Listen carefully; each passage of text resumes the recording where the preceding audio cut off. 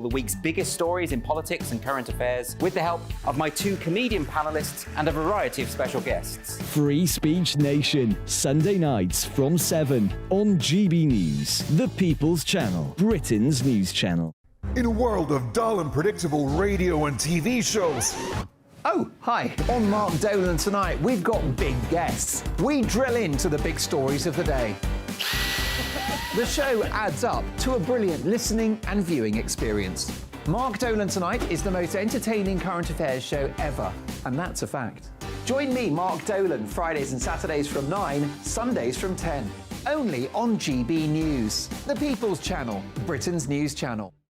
There's only three people you can trust in life. Your doctor, your lawyer, and your nana. I'm not sure. So join me, Nana Aquare, at 3 p.m. every Saturday and Sunday, where we discuss the biggest topics of the weekend. Be ready for battle. Could you be quiet? What is this? It's my new teeth. It's your new teeth. I don't bite. Well, not without a good reason. Always honest, always fun. Every weekend at 3 p.m. on GB News, the People's Channel, Britain's news channel. The Jubes and Kerr, we tackle the issues of the day with real, robust debate, both sides of the fence, battling it out with me in the middle with my forthright opinions and views. And often really interesting things happen because you start with a position and then by the end of the debate you find actually, well, I might not have thought about that one. What we need in this country is two new political parties. You should maybe think about doing a 2024 calendar. I'm Michelle Dewberry and I'm keeping you company right through until 7 o'clock this evening. GB News, the People's Channel, Britain's watching. Join us every night on GB News at 11 p.m. for Headliners, which is 3 top comedians going through the next day's news stories, which is exactly what you need, because when the establishment has gone crazy, you need some craziness to make sense of it. Headliners. You don't have to bother reading the newspaper. We've got it covered for you. Every night at 11 p.m. and repeated every morning at 5 a.m. We won't send you to sleep like some of the other paper review shows out there. So join us 11 p.m. every night on GB News. The People's Channel, Britain's news channel. Who is it? We're here for the show. More energy this time! Welcome to the Dinosaur Hour. I was married to a therapist. And you survived? I thought we were getting Hugh Laurie. Second best.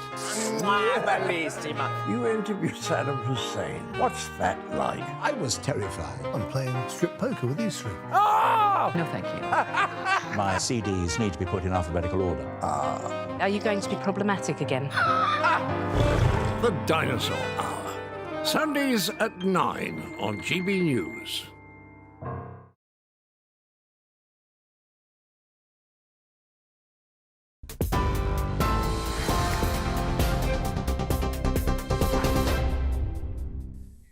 It's 11 o'clock. Very good evening to you. I'm Aaron Armstrong in the GB newsroom.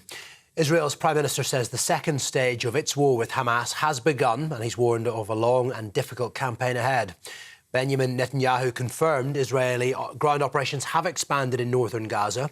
The enclave's been pounded with artillery fire and airstrikes since last night, as Israel has launched its heaviest bombardment since the beginning of the conflict.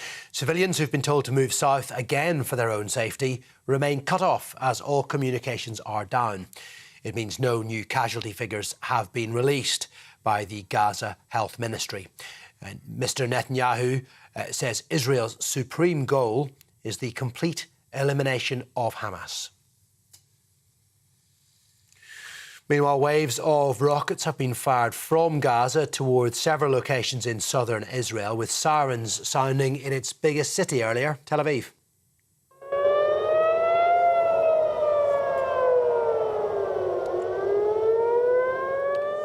Well, these pictures show a series of missiles being intercepted by the Iron Dome air defences.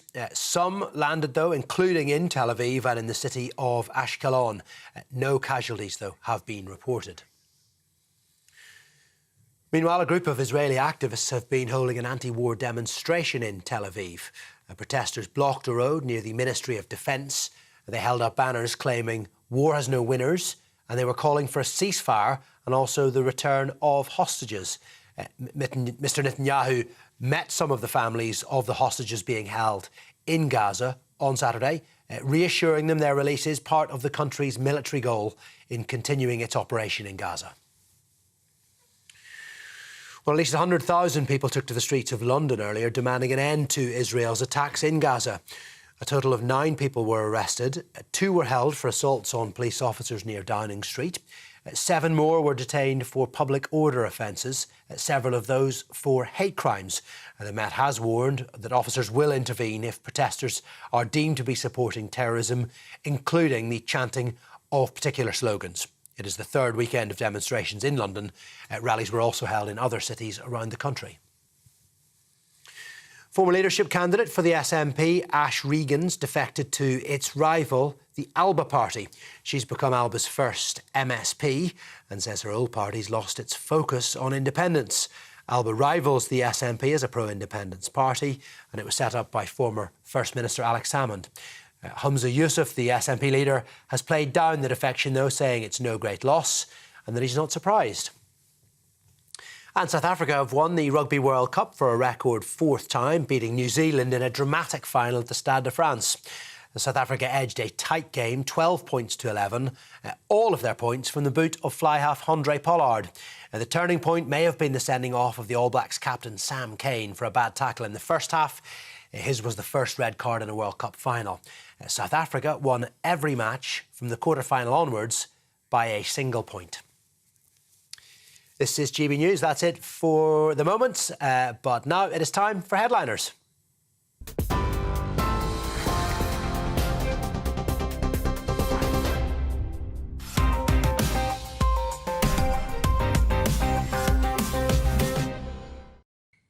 Thank you, Aaron. Hello and welcome to Headliners. I'm Leo Kearse, taking you through tomorrow's top stories for the next hour. And I'm joined by GB News' answer to Robson and Jerome, because lots of women want to see them dressed as firemen. It's Lewis Schaefer and Paul Cox. I got those names the wrong way round.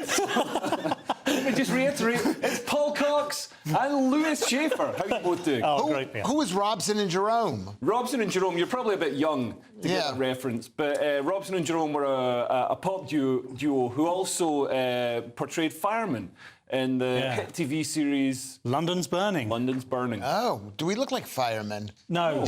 He would break... You know when he does that? When he does that stuff at the top, it's funny. But why? We haven't actually got to the factual part of the show yet, but we're getting to it now. Now that we've got the chit-chat out, let's have a look at Sunday's front pages. The Mail on Sunday leads with London Jihad demo leader is NHS doctor. The Sunday Telegraph has Israel sends in elite troops for long war. The Observer leads with Netanyahu declares second war of independence as fears for Gazans grow. The Sunday Mirror has Tory minister and the sex bully MP. The Sunday Express has ban jihadi hate mob. And finally, the Daily Star has this is your captain spooking. And those were your front pages.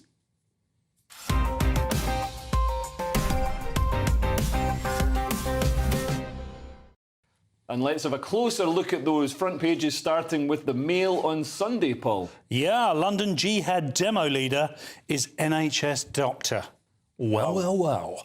So, the firebrand leader of an extremist Islamic group that called for jihad at an anti-Israel protest works as an NHS GP under a different name than Mail on Sunday can reveal. So Abdul Wahid celebrated the barbaric Hamas terror attacks that slaughtered 14,000 Jewish men, women and children. 1,400. 1,400, what did I say? 14,000. Crikey. No, 1,400. But he has also spent the last 20 years practising as a family doctor under his real name, Dr. Wahid Asif Shader. So, I mean, what do you say?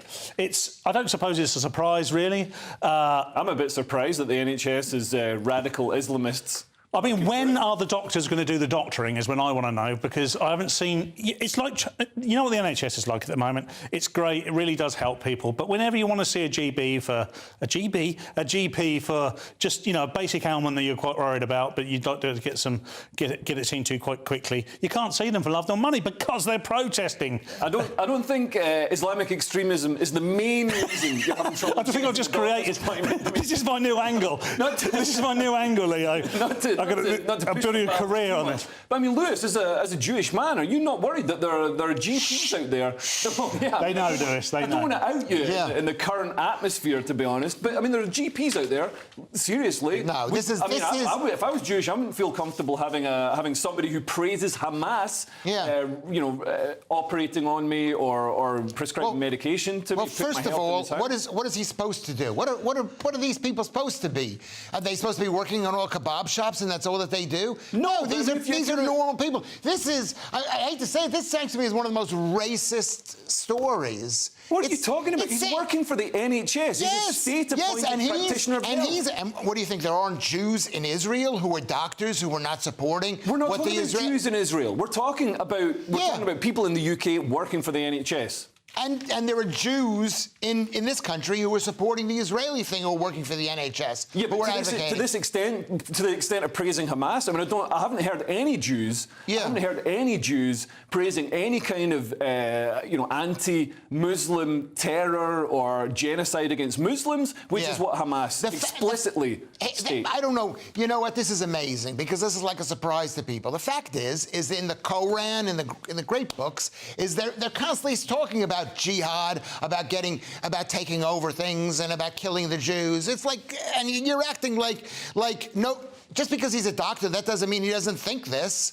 I mean, it's... but then there's loads of Muslims who don't think this. There are a load, but there are a load who do. And so you can't say that people who are in favor of jihad, what would you say they should be doing for look, I'm asking that seriously. I know you are. Seriously, people who are asking for jihad, I don't know, maybe don't do it in Western Europe. Maybe make your home in a country where another jihad question. is supported. What should somebody who lives in Britain, who supports jihad and is at one of these demonstrations, 100,000 of them, what job should they have that won't make the Daily Mail? I think the first job should be buying a one-way ticket out of this country. You're not answering the question. I think we can bring this in. That just went real meta then. I mean, I don't think anyone is saying that they should have any other job. I mean, I do appreciate that he is an NHS doctor and 20 years service is great. I mean, let's accept that and park that to one side. Positive aspects now. So what we've got over here is 20 years service for the NHS. Tick. Over here, what we've got is a guy who's essentially supporting Hamas, specifically Hamas. There were 100,000 people out today. Yeah, we saw them. Okay, we saw them. 100,000. And many of them are lovely people. But not all of them would be supporting Hamas. Yes, they would be. No. You'd be surprised. You'd be surprised that they, a lot of people don't like Hamas, but a lot of people...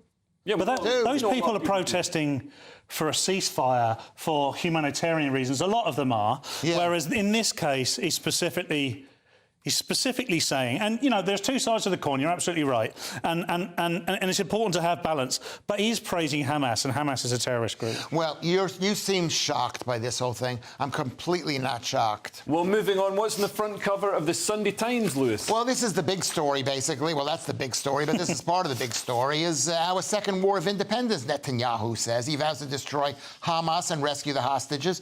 People seem to have forgotten about hostages. There are 200 hostages. Yeah. Imagine 200 people in a mine that's in a cave accident. Yeah. People would focus every bit of energy on those people. Good point. On those people. Imagine like when, what's her name? Kate McCann's kid. What's his name? Maddie McCann. They were focusing on that kid. Yeah. There were 200 people. I think they're focusing on them here, but I mean, I don't think if you had 200 people trapped in a mine, you probably wouldn't conduct airstrikes. Yeah, well, this is the idea. The idea is he's saying it's the second war of independence. The first war of independence was in 1947 when the United Nations declared Israel independent, and Israel was attacked on all four sides. So they're saying it's an existential crisis for Israel, and that they're willing to do everything that they need to do. And what they're doing is they're using 100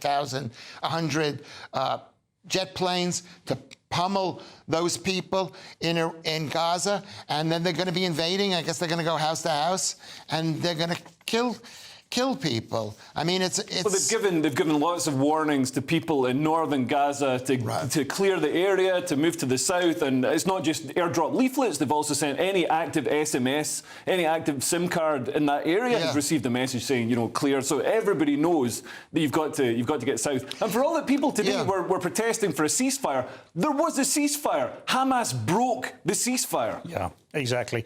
And Lewis, I really appreciate this, by the way. This is difficult for you because every night we come on and talk about this, and you always provide balance. People forget this. You do provide a lot of balance. Leo's not forgetting that, but he's right to challenge. And you are providing a lot of balance. But this... I call it imbalance. Yeah. But Israel, as you agree, I'm sure, has the right to defend and retaliate for what's happened here. Let's not forget what happened, and you haven't forgotten. Let's not forget what happened three weeks ago today and why this is happening now. Do you know what? I mean, this is what makes it really so difficult. Because at the end of the day... Sorry for saying that, is that you have to feel for the people of Gaza. You have to feel for the ones who don't want this to happen. Yeah. But at the same time, their elected government, they knew, there's 200 of them in Gaza. We haven't heard where those people are. We haven't heard the people saying, hey, the hostages, they're right here, come and get them, don't bomb us, here are the hostages, as a start. So, but anybody out there, so, I know this is a comedy program, and this is horrible. It is horrible. And I actually feel for those people. But at the same time, here in this country, we pummeled the hell out of Dresden in Germany during World War II. Not everyone in Germany was a Nazi. I think Nazis, they voted 30% of the people voted for, you know, the Nazi party. And we destroyed Dresden. We destroyed Berlin. Google pictures of Berlin, 1945.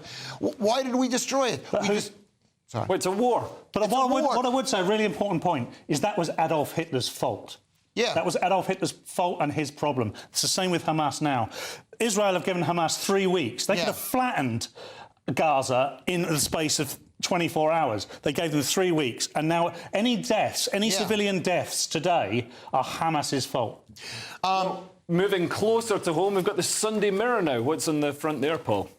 Tory minister and the sex bully MP, which sounds like a really bad Harry Potter book. But a welcome bit of relief right now, I've got to be honest. So let me give you a little bit of detail here. So this is DWP Minister Tom Pursglove. He went canvassing with Peter Bone. Why have they got names? Why have they got satirical names? Like it's all gloves and bones here. And look, it's not my fault. These are the names they were given. Chris, another one of those. Let's remind ourselves, you know, Mr. Bone was found by Westminster's Sleaze Watchdog Committee to have engaged willfully in a willful pattern of bullying by throwing things at his aide, and he was found to have exposed himself to an aide in a Madrid hotel in 2013, which is why I think they call him Mr. Bone. We don't know. What we've got here, the story here from the Mirror really is a bit of a non-story. Mr. Bone has only been, I've got to stop calling him Mr. Bone. Peter Bone. It's not better. No, it's not at all, is it? It just sounds like one great big innuendo. The Bonester, he is out there canvassing because he's only been suspended for a certain amount of weeks, 6 weeks, I think. Yeah. So he's entitled to go and do that, and then Pursglove, which is ridiculous. This is mad. This is my job. Coming from a guy whose name is Cox. It's a good point.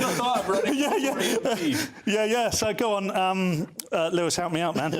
This is one of those stories. Yeah, I think this is the Mirror. It is the Mirror, sorry. And the Mirror is a left-wing publication, Labour, and they always want to show that the Tories are the party of sleaze. It will have no weight. Tories don't make it difficult. Yeah. No, right. That's no, true. They don't make it difficult. But the fact is, everybody knows the Tories are the party of sleaze. I think. I mean, I'm new to this country relatively, 23 years. After watching this segment. Yeah. Anyway, that's all we have for part one. But coming up, we've got Rishi sticking it to Greta, facial recognition. We've all seen some classics. And the Islamic morality police. No, it's not Humza Yusuf this time. See you in a couple of minutes.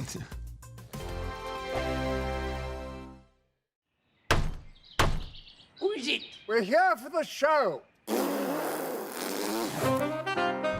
More energy this time! Welcome to the dinosaur hour. I was married to a therapist. And you survived? I thought we were getting Hugh Laurie. Second best. You interviewed Saddam Hussein. What's that like? I was terrified. I'm playing strip poker with these three. Oh! No, thank you. My CDs need to be put in alphabetical order. Are you going to be problematic again? The Dinosaur Hour. Sundays at 9 on GB News. What you get for breakfast is something that, if we do our jobs right, you will wake up to news that you didn't know the night before. It's a conversation. It's not just me and Eamon. We want to get to know you, and we want you to get to know us. From 6, it's Breakfast with Eamon and Isabel. Monday to Thursdays on GB News. Britain's news channel. People in Britain, they love free speech, but they also love fair play. I don't care if I'm speaking somebody from a trade union, from the Labour Party, somebody from the SNP. And I think the viewers like to see that actually we can challenge one another, but in a positive way. We think we ask the questions that people want to ask, and often we ask the questions that we wanted to ask in Parliament but never got the chance to ask. So join us every Saturday, 10 a.m. till noon on GB News, Britain's news channel. Nightmare commute. Kick it up a gear with me, Patrick Christie's, at drive time, 3 till 6 p.m, Monday to Friday on GB News Radio. You can listen online and on DAB+, on the smart speaker app, and on the GB News app. And if you've got an Alexa, all you have to say is, Alexa, play GB News. We're also on TuneIn and the Radio Player apps. From the school run to rush hour, get revved up with me, Patrick Christie's, on GB News and GB News Radio. Tired of the usual focus-tested, pre-prepared Westminster runaround? Well, so am I. So you want higher taxes? Is your department to blame for this? Are you rethinking this policy? Every Sunday at 9:30, I'll be sitting down with those in power to get the truth about the issues affecting you. Let's be honest, we've known about the cost pressures of this project for years, not months. That's the Camilla Tominey Show, a politics show with personality. On GB News, the People's Channel, Britain's news channel. Join us every night on GB News at 11 p.m. for Headliners, which is 3 top comedians going through the next day's news stories, which is exactly what you need, because when the establishment has gone crazy, you need some craziness to make sense of it. Headliners. You don't have to bother reading the newspaper. We've got it covered for you. Every night at 11 p.m. and repeated every morning at 5 a.m. We won't send you to sleep like some of the other paper review shows out there. So join us 11 p.m. every night on GB News. The People's Channel, Britain's news channel.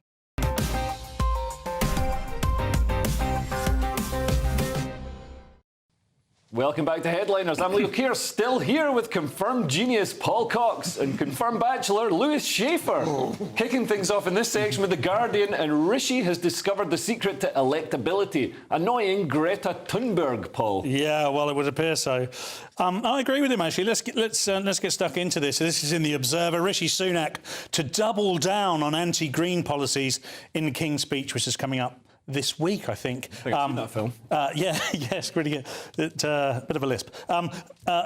So the PM will announce a new system for awarding oil and gas exploration licences and a new pro-car legislation, this source says. So the reason he's doing this is twofold from me. He's behind in the polls, and this will be a vote winner. This will be a vote winner with the working person. This will be the vote winner with whatever the red, green, purple belt, yellow belt across the middle of the UK is. It'll be a winner with them because a lot of those people need their vans and cars to go about work, and they're seeing a bit of an anti-car, or what they believe to be an anti-car policy being spread out across the UK at the moment. And also, you've got ULEZs coming in where they're not really doing any work. You've got ULEZs in suburbia, and we've got 20 mile an hour limits. LTNs. Everywhere. We've got these things, low traffic neighbourhoods, that is. By the way, I'm not suggesting all these things are bad, but that they don't help the working person. Yeah. They don't help the working person, and that's the problem here, so I think it'll be a vote winner.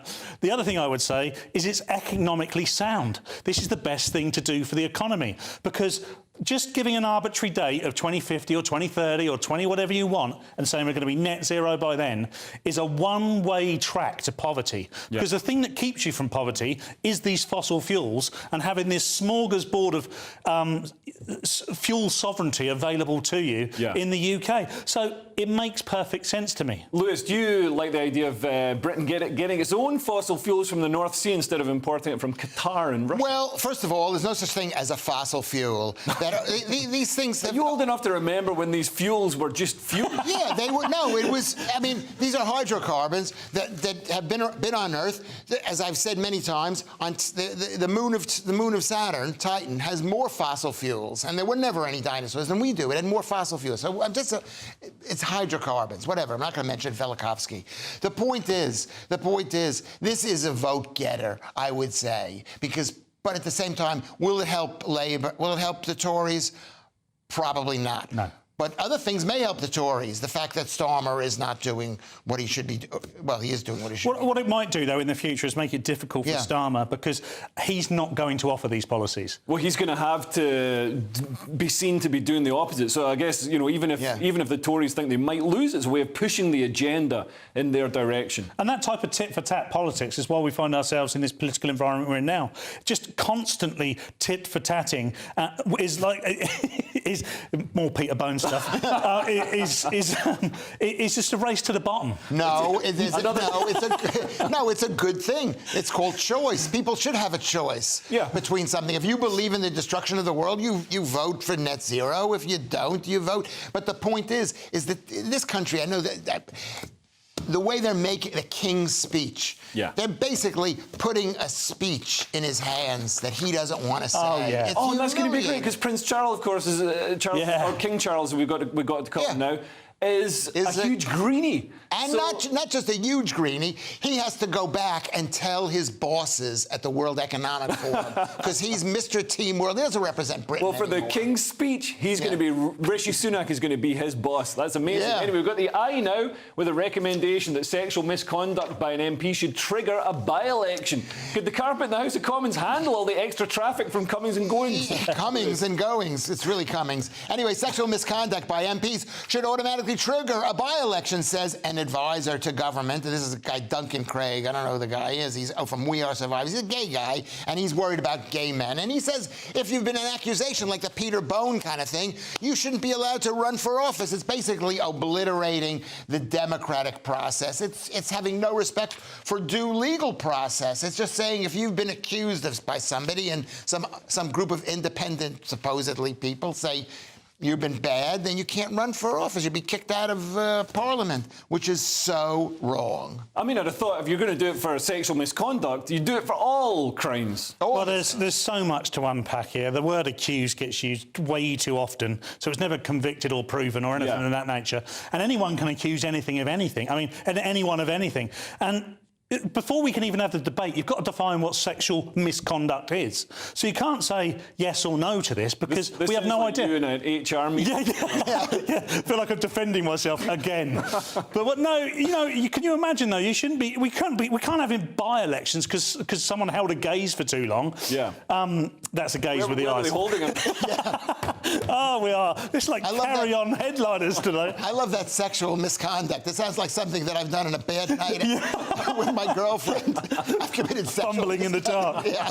No, Lewis, I don't know why we're laughing. It genuinely does. Moving on, we've got the Telegraph now, and Hamas sympathisers are probably the people who should least be advising the authorities on hate crime. But they're advising the authorities on hate crime. Paul, tell us more. Oh, man, it's depressing. Mosque chairman who praised Hamas founder advises CPS on hate crime. Has there ever been a more 2023 headline? I'm not sure there has. Let's give some context to this. A sort of prominent mosque chairman who praised the founder of Hamas advises the Crown Prosecution Service as part of a scrutiny panel. Now, I looked at this and I thought, do you know what? Maybe it's not a bad idea, because if you're going to advise anyone on anything, you're best to have experience, aren't you? So this is hunter turned gamekeeper. Yeah, exactly that. And this guy knows how to hate, so they're going to him and finding out what they should do. I mean, this comes back to Lewis's argument, by the way, and I do, for very occasionally, feel... sorry for Lewis, because Lewis is having to battle lots of things internally and externally whenever we're discussing this at the moment. And he's right, there are two sides to the story. Of course, this guy, who is a prominent man within the Islamic community within London is going to have these views, of course. But then it goes back to your view, which is, why do they have to be so extremist? Why do they have to support terror? Yeah, I mean, Lewis, what would you say to that? I would say, why do they have to? This is a lot of them. It's not everybody, but a lot of the people. If this is a man of the book, he's a man of the Koran. The Koran hate the Jews in the Koran. They've been fighting against the infidel for years. Against what is jihad? It's a religious war. Yeah, but you've got crazy stuff written in the Bible probably and other religious texts. Sure. No, the Bible. Modern Christians. The Bible. Sorry, I didn't mean to interrupt you. No, I mean, I think you know where I was going with that. The Bible doesn't say anything about going out and smoting Arabs. Smoting? Yeah, smoting, killing, whatever. It doesn't about we need global war against the Arab. It doesn't say anything because it was written before the Arabs were even around. Maybe it talks about the Philistines or the Shabbanots. I don't know what the. But the Quran speaks specifically about. It speaks about the Jews, and there's a lot of hatred for the Jews. Right. OK, well, moving on. We've got The Guardian now, and shops aren't just tracking us using nectar points, Lewis. Well, this is a story that we covered before. Major UK retailers urged to quit authoritarian police facial recognition system. I don't know whether we were together, but this is a big thing. It's called the Pegasus Initiative, where all the shops are going to have facial recognition, kind of just like China, just as nasty as China, and they're going to stop people when they go in the store for one thing or another. And so this particular story is in the Observer. 14 human rights groups, Amnesty International, Big Brother watching, they've written a letter to the big retailers, Tesco's, Marks and Spencer's, Sainsbury's, and say, hey, don't get involved in this because it's not the right thing. And we don't need facial recognition. The police know who the bad guys are. But this isn't about the police. This is about the shops knowing who the shoplifters are, so they can, ban them from the shop or whatever. Because the police aren't really much use when it comes to dealing with shoplifting, because it's a crime. It's not a misgendering tweet. One thing that jumped out at me was these human rights groups are warning that these facial recognition software systems risk wrongly criminalising people of colour, women, and LGBTQ plus people. Why would they be particularly at risk from this? I think they just got to shove that angle in there, haven't they? Do you know what? We do an AI story once a day, but at least once a week we do a racist AI story where it's basically AI has been around for 6 months and is already gammon. So it's like, so this is just another case of that. I think they thought this story isn't juicy enough. We better chuck in some LGBTQ plus stuff at the end. Look, I'm a bit of a lukewarm libertarian. I sort of dip my toe in. I like the idea of us all looking after ourselves. And this crosses the line for me, really. It crosses the line for one reason, not because I don't want to minimise crime. I understand what the motive is. It's because these databases can be hacked and the information can be used for malevolent means. We know they can. We know they will. And who's to say the shop won't? It's just, look, can we not get back? I know it's not about policing. I agree, Leo. But can we not get back to policing things properly? Can we not back to community policing? No, I saw a vigilante mob. Well, I'm not suggesting we do that, but I saw a video on TikTok, down with the kids, just this week, where they were chasing a lady out of a shop because she had stolen, and the people in that community were saying, "No, you're not going to do this. You're not going to do this." Shouldn't have beaten a few of them up. They end up in hospital. But I appreciate what they were doing. Well, staying with the theme of authoritarian governments, The Telegraph now, and a year on from Iranian police murdering an Iranian girl for not wearing a hijab, it's happened again, Paul. Yeah, I've got to be honest, this story really does... it's horrible. There's no other word for it. Iranian girl dies after being beaten by morality police for not wearing a hijab. So, Amita Garavand was hospitalised with head injuries following an alleged assault at a Tehran metro station. So just in English, just for a minute, for those who didn't quite get the cultural nuance here, this was a teenage girl who forgot to wear a garment of clothing and then was beaten to death in a public train station. And it's an unnecessary garment of clothing. It's a religious covering for your head that, a lot of people, especially young people in Iran, don't want to wear. So I don't care how that's construed by the wider public out there, but to me, that is abhorrent. Yeah. Nothing justifies that, nothing at all. And what's worse to me is there would have been men doing that and there would have been men watching that. Yeah, no, absolutely. The morality police are men. No. The point is that she didn't just forget to wear it. No one in Iran just forgets to put on this thing. It's like I left the house without putting my pants on. I mean, again, did I not have no pants? No, it really means something to those people, and I think a case could be made that their society needs to be respected if this is what they want to do. I don't think you mean this. I think that's ridiculous. We've seen the massed public revulsion at the murder of Mahsa Amini, the girl who was killed last year, and the protest that went on. I mean, they've got an Islamic theocracy, an absolutely barbaric authoritarian state that controls every aspect of people's lives. It's hugely unpopular. It's probably the future for Western Europe, the way we're going. But, I mean, I'd say the people don't like this. They'd rather live in a free country. No, you do not live in Iran. We don't know what Iran is like. I don't know. And it's quite possible that the majority of the people in Iran support this thing. And it may seem, and personally, I'm in favor of women not wearing hijabs or have to wear hijabs. If they want to wear it, they could wear it. And the rest. Yeah, and the rest.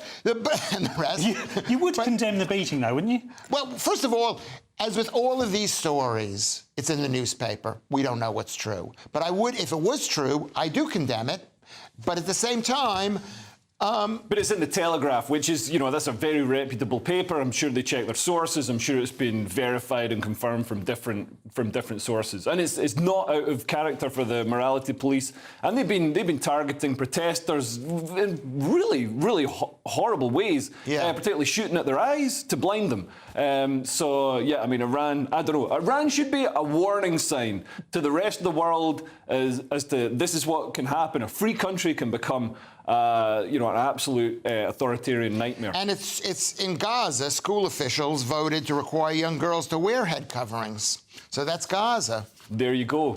What's the common theme? Anyway, that's it for part 2, but coming up we've got ideologically possessed librarians, the National Trust kicks up a fuss, and the end of wokeism as campus defence of Hamas atrocities red pill students far and wide. Don't miss it.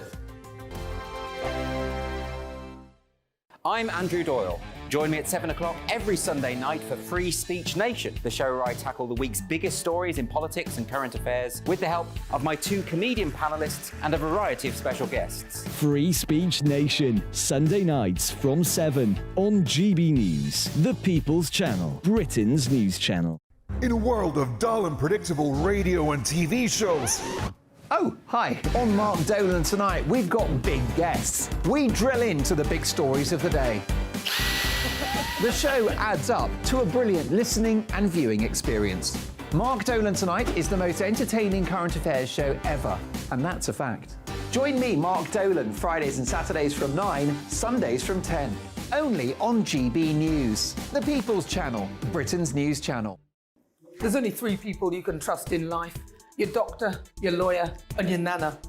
I'm not sure. So join me, Nana Acquare, at 3 p.m. every Saturday and Sunday, where we discuss the biggest topics of the weekend. Be ready for battle. Could you be quiet? What is this? It's my new teeth. It's your new teeth. I don't bite. Well, not without a good reason. Always honest, always fun. Every weekend at 3 p.m. on GB News, the People's Channel, Britain's news channel.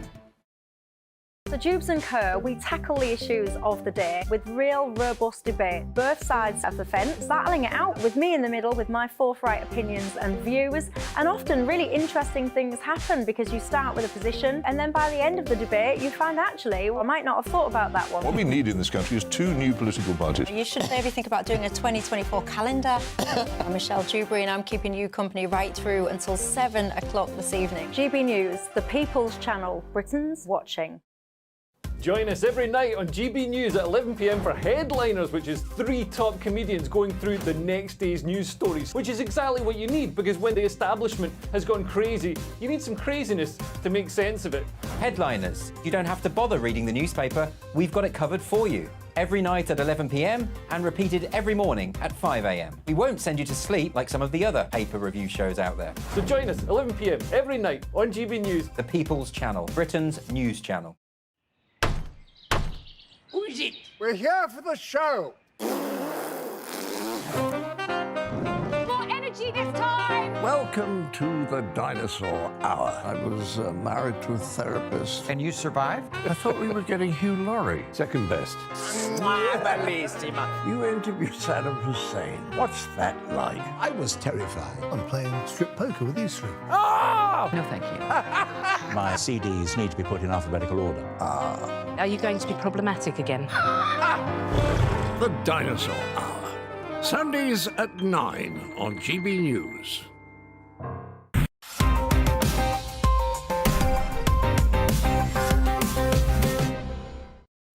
Welcome back to Headliners. We get back into it with the Mail on Sunday, and we've all heard of defund the police, but following the sacking of 2 cops over a stop and search, people want to refund the police, Lewis. Yes, and this is about 100,000 pounds.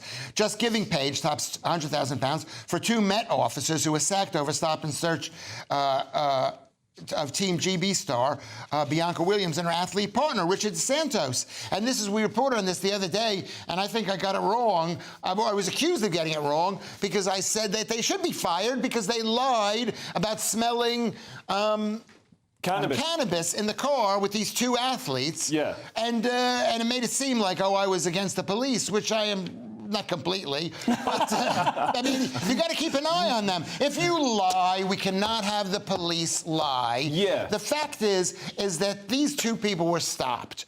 I'm against the police stopping anybody in a car unless it's super dangerous to stop. I am pro the police stopping and searching people because a lot of people carry knives. It's a good way to, I think if people know that the police are stopping and searching a lot of people, they're going to be like, well, maybe I'll leave this knife at home. Maybe if they do something illegal, no, you're wrong. No, I'm right. No, then what are we going to let them into people's houses? Or they might have pot in the house. They might have guns in the house. That's somebody's house. And a car is like that. A car is like somebody's house. Anyway, apparently, and this is information that came to light after we spoke about it, but apparently they made off at speed. They were driving erratically. I mean, this is what we've been told. I'm not sure if it's been verified because, as you say, I'm not sure we can trust the police in this instance, given that they lied about the cannabis. Yeah, and it was us 3 that discussed this on the night before it came out in the headlines the next day. And I will take the same stance as I did then. I think the story needs more scrutiny. I'm not surprised by the Just Giving achieving £100,000. Yeah. And I said on the night, and I do open myself up to accusations of all sorts of nasties, but I said on the night that there's no way of telling for certain that they were arresting them or stopping them because they were black. And that's at the very centre of what's gone on here. Yeah. And I think, as a result, these guys have lost their jobs and people see that as unfair. Britain has been for a very long time now, no matter where you come from, no matter what you believe in or what colour your skin is, it's always been about fairness. And this, to me, tips towards unfair. At the moment, until we see more, I could be unfair to the cops. Unfair to the cops, right? Yeah, no, unfair to the cops, and I could be proven wrong. Given that they're out there risking their lives, putting themselves on the line to keep the rest of society safe, it seems unfair. I can understand why people donated so much money to support them. I'm going to say this. We don't know, based on the stuff that's been reported, that at least I've read, which is 2 stories over a couple of days. We don't know. To me, it sounds like the police overstepped. But that doesn't mean that they deserve to be fired, or it doesn't even mean that they did something wrong. That's a fair point. Well, we've got the Mail now, and it looks like there's finally some pushback against woke ideology. And all it took was wokeists celebrating the rape and murder of civilians, Paul. Yeah, and this type of subject was discussed a lot today at the Festival of Ideas that we've all been at. So what irony, the Mail on Sunday says. The deranged defence of Hamas on campuses across the West is fuelling a counter-revolution that could finally loosen the stranglehold of wokeism. So they're saying the radical leftists, who for years have exercised increasing power in our universities, have they finally gone too far? For me, they have gone too far. Yes. Will it be the end of wokeism? No. But wokeism started in the universities. I absolutely agree. Where critical race theory, all these ideas that, led to these ideas of decolonisation, it's just, these have always been sort of sixth form idealistic notions, decolonisation. You don't see them put into reality until Hamas are slaughtering civilians and wokeists are saying, well, what did you think decolonisation meant? Yes, and that's a good point. But this story in the Mail on Sunday doesn't say that. This is one of those typical Saturday that we got nothing to report, so we'll write some bogus little... No, this is a real thing. No, it does, because, Hamas, Penn State, between them, they're losing $500 million in funding. That's big money. The only stuff in this says that really rich people have stopped giving money. Or some of them have stopped. But it didn't say anything what's actually going on campus. It didn't say anything about these young kids. But, Lewis, everything comes down to money. Everything comes down to money. And so many of these students, like Raina Workman, who's the head of the student law committee or something at Harvard, so she praised Hamas, and she had a job offer rescinded, and so many of these students have. But that has nothing. That has nothing to do with what's going on campus. It does. It has something to do in the boardroom. Listen, Lewis. So many of these students have come out and said, "Oh, this is great. The slaughter of civilians is great because it's decolonisation." Then people have turned around and said, "We're not giving you funding. We're rescinding our job offers." And then the students have turned around and said, "Oh wait, I didn't believe that." And that shows that these ideas are brittle and fragile. They're not firmly believed. Do you think somebody in ISIS, do you think somebody in Hamas would change their mind based on having a job offer rescinded? It's an absolute nonsense. It just shows that all this wokeism is just window dressing. It's just people trying to look good. Exactly. And for me, just looking at just when I say exactly, I looked at Lewis's face. I've given I don't think so. This proves it's an ideology and not a philosophy. It's not something that somebody is. If you hold a philosophy, you will scrutinise it, you will test it, you will change, you will develop, you will flex with it. When it's an ideology, you start off by saying everyone should be wearing a rainbow lanyard, and by the end of that week, you're saying it's perfectly okay to slice open a pregnant woman and kill the baby inside. Because that's exactly what's happened here, and that's why this has gone too far, because they've all got on the train and forgotten to get off when things got mental. That is the slippery slope argument, which sometimes works, but you are wrong, Leo. I'm not wrong. No, you are wrong. I'm sorry to shout at you, but we don't have time for your... People are going to complain. They're going to say, well, I want to hear what Lewis has to say. Telegraph again. Well, you can put it on Twitter. He will. We're restricted by ad breaks and things. You can put it on Twitter. Telegraph again, and the bad news is libraries are stocking lots of books to turn the kids into non-binary, genderqueer communists. The good news is children don't read books anymore, Paul.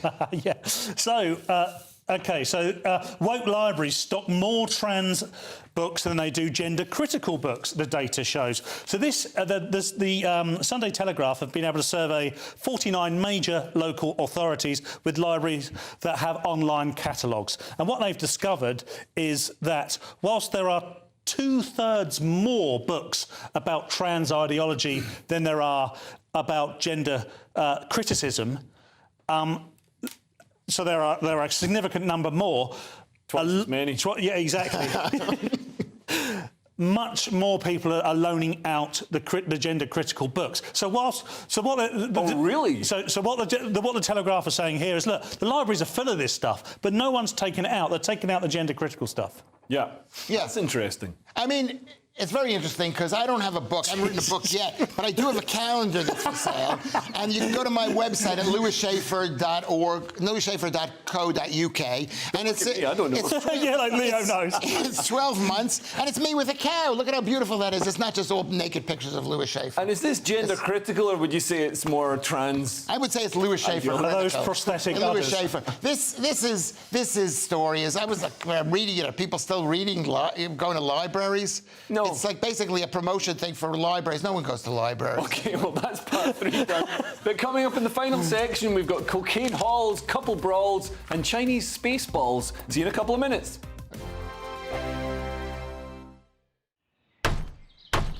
Who is it? We're here for the show.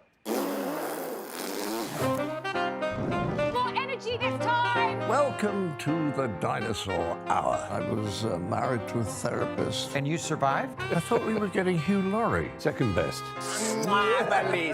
You interviewed Saddam Hussein. What's that like? I was terrified. I'm playing strip poker with these three. Oh! No, thank you.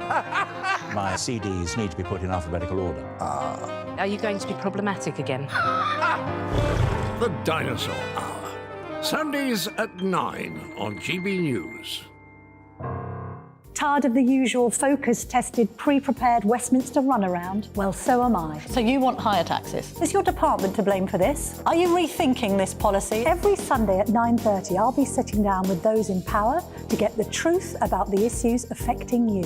Let's be honest, we've known about the cost pressures of this project for years, not months. That's the Camilla Tominey Show, a politics show with personality. On GB News, the People's Channel, Britain's news channel. Join me, Patrick Christie's, Monday to Friday, 3 till 6. We tackle the day's news agenda like you've never seen before. It's high tempo, high octane, the most controversial topics, and the best guests. You will not be able to take your eyes and ears off it. I'm not afraid to ask the questions that you really want answered. 3 till 6 p.m, Monday to Friday on GB News, the People's Channel, Britain's news channel. Now then, Lee Anderson here. Join me on GB News on my show, The Real World, every Friday at 7 p.m. I'm not eating bloody cat. Are you delicious? mental? Open your mouth. OK, here comes a train. Reminds me of the scene in Singing in the Rain. Adam, is that a good one? Whoa! Join me at 7 on GB News, Britain's news channel. I'm Andrew Doyle. Join me at 7 o'clock every Sunday night for Free Speech Nation, the show where I tackle the week's biggest stories in politics and current affairs with the help of my 2 comedian panellists and a variety of special guests. Free Speech Nation, Sunday nights from 7 on GB News, the People's Channel, Britain's news channel. GB News, unlike other broadcasters, isn't obsessed with the London-Westminster bubble. We think there's a nation beyond the M25, and that's why we talk about the issues that matter across the land. Join me on State of the Nation, 8 to 9 o'clock, Monday to Thursday, on GB News. Daisy's listening, and you should too. In a world of dull and predictable radio and TV shows, Oh, hi. On Mark Dolan tonight, we've got big guests. We drill into the big stories of the day.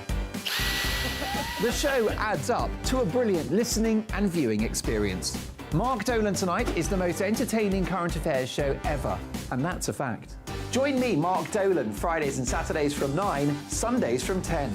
Only on GB News, the People's Channel, Britain's news channel.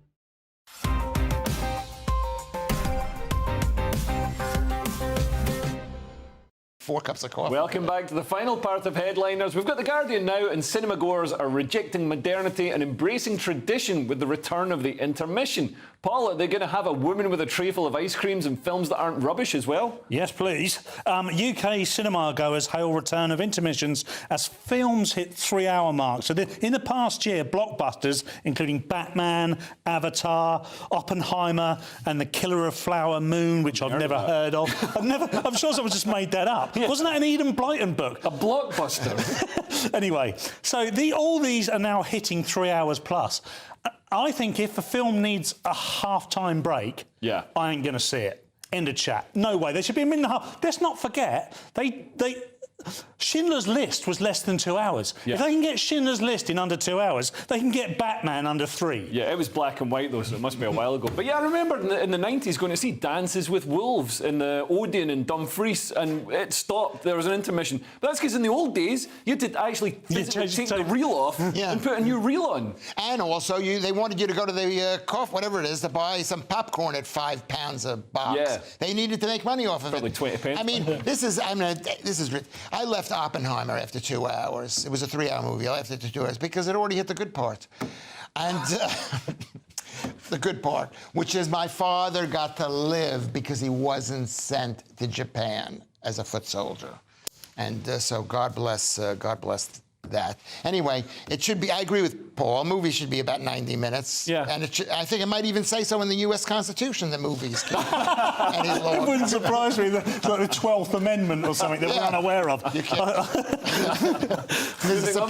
Moving on, we've got the Telegraph now, and we're used to politicians offering tax breaks to car manufacturers to boost the economy, but it looks like they might do the same with pop stars, Lewis. Yeah, because this Taylor Swift woman, who I never really paid any attention to until recently, politicians begged Taylor Swift to bring her many eras tour to their countries after a $5.7 billion boost to U.S. economy, I guess was reported. This is the Sunday Telegraph. Is whenever Taylor Swift goes to a town, there's a blip in the economy of that town because people are flying in, they're being in hotel rooms, they're spending a ton of money. And how they came up with $5.7 billion is like they probably added up every bit of money that's been spent. But it basically, it drains the money from the area, right? So it isn't a good thing. If you people are spending money on... Well, it's good for the places in the centre where the money's being spent. Right, and that's why Canada, Iceland, Chile, all these other countries are begging Taylor Swift to take their tour to those places so people will fly to, say, Iceland and spend a little tourist dollars. Basically a plea for tourist dollars. But I mean, I can understand why this would work in Ohio, and the people from around about would go to whatever town is in Ohio. But I mean, people aren't going to fly from Ohio to Iceland to see Taylor. Well, they might do. I don't know. Taylor Swift's very popular. Not someone I'm But they won't. into. I don't mean to interrupt you. Oh, well, you do, but carry on. but it's not going to help. It's not going to help America, but it's going to help Iceland because people are going to think, instead of us flying from Iceland to America, so we'll do it at Reykjavik. Exactly. So the point I was going to make, if she ends up going everywhere, then no one's going to go anywhere to see her. They're just going to go and see her in their hometown or whatever. Yeah. So the basic economic strategy here falls apart straight away. And she's not net zero. She's a major polluter. OK. We move on to Sunday's Independent, and millions of pounds of cocaine has been found in Kent. I didn't know Hunter Biden was visiting southern England, Paul. Police seized £10 million worth of cocaine hidden in a ship in Kent. Well, that has ruined mine and Lewis's weekend. Thank you very much, the National Crime Agency. But that's what they've done. The National Crime Agency have found this just in Sheerness Port, which is on the south coast, a Panamanian-registered ship transporting bananas to the Netherlands. Interestingly, they found this. It's the second time they found this in the last few years, actually underwater. Yeah. So they've engineered this thing into the hull of the ship, and so there must be a lot of intelligence for them to find ballast. It's the intake that it takes in water to act as ballast for the ship, Lewis. Not that I'm giving you suggestions. Expensive ballast. Well, I mean, I'm as a sort of a libertarian. I've taken the test, and I'm not quite as libertarian as I think I am. but they only found 137 kilos worth of this. It's a major to-do. It's 10 million, and they had to basically stop this ship. They should just let the 130. To give a little context, that's basically how much Paul weighs. It's not. It's bullying, but it's funny. That's the best type of bullying. Funny bullying is a winner. It's not bullying. I'm being helpful. I'm trying to weigh 130 kilograms, though. With his health. Moving on, we've got the Mail on Sunday now, and what annoys people in a relationship? Well, let's ask thrice-married Lewis Schaefer. Actually, probably it's Lewis Schaefer. Well, some of Mrs. Lewis Schaefer. Anyway, 3 couples revealed, this is in this Mail on Sunday, 3 couples revealed the gripes about their other half that really gets their goat. And from discarded tea bags to not hearing the doorbells. This woman, Jane Gregory, she wrote a book in America called Misphonia, which is misophonia, which means everyday sounds that most people... Anyway, it says that hanging wet clothes on a hook drove this one woman crazy. Wet clothes on a hook? What noise does that make? It makes the noise of her husband saying they need to be aired. Meanwhile, it's left dangling as part of the... I couldn't even read this story because how boring is it to hear about other people's nitpicking horrible things when Paul and I have major problems. The death of love. The data causes the death of love. Well, let's fit this one in quickly. Finally, in the Daily Star, we've got to be worried about China's space junk. Hopefully their space junk is also smaller than average, Paul. It's another innuendo. I swear space junk is... So look it up in the Open Dictionary. Space junk, impossible to deal with as China's bad behaviour sends shrapnel soaring. So essentially, this is earlier this year, the Daily Star revealed, they're saying, like a Daily Star exclusive, very rare, Leo, that space had a junk problem that nobody was willing to fix. So for decades, humans have been sending rockets, satellites, human poo and other random objects into space. No human poo isn't going into space. Well, this is a hell of a throw for a start. It's being expelled from space stations. Yeah, I don't think anyone's people lobbing in it the up. space station. This story about blaming China's bad behaviour, it's basically racist, anti-China propaganda. Which is fine. Yeah. Well, OK, the show is nearly over, so let's take another quick look at Sunday's front pages. The Mail on Sunday leads with London Jihad demo leader is NHS doctor. The Sunday Telegraph has Israel sends in elite troops for long war. The Observer leads with Netanyahu declares second war of independence as fears for Gazans grow.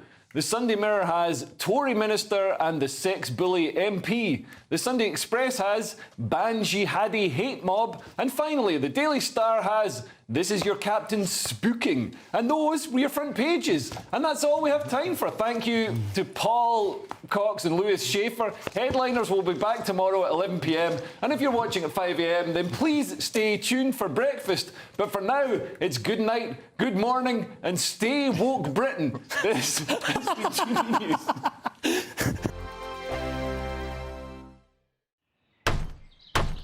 Who is it? We're here for the show.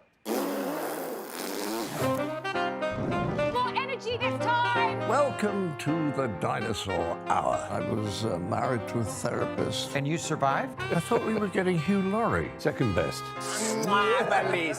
You interviewed Saddam Hussein. What's that like? I was terrified. I'm playing strip poker with these three. Oh! No, thank you.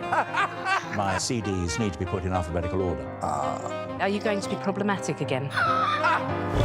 The Dinosaur Hour. Sundays at 9 on GB News. What you get for breakfast is something that, if we do our jobs right, you will wake up to news that you didn't know the night before. It's a conversation. It's not just me and Eamon. We want to get to know you, and we want you to get to know us. From 6, it's Breakfast with Eamon and Isabel. Monday to Thursdays on GB News. Britain's news channel. People in Britain, they love free speech, but they also love fair play. I don't care if I'm speaking somebody from a trade union, from the Labour Party, somebody from the SNP. And I think the viewers like to see that actually we can challenge one another, but in a positive way. We think we ask the questions that people want to ask, and often we ask the questions that we wanted to ask in Parliament.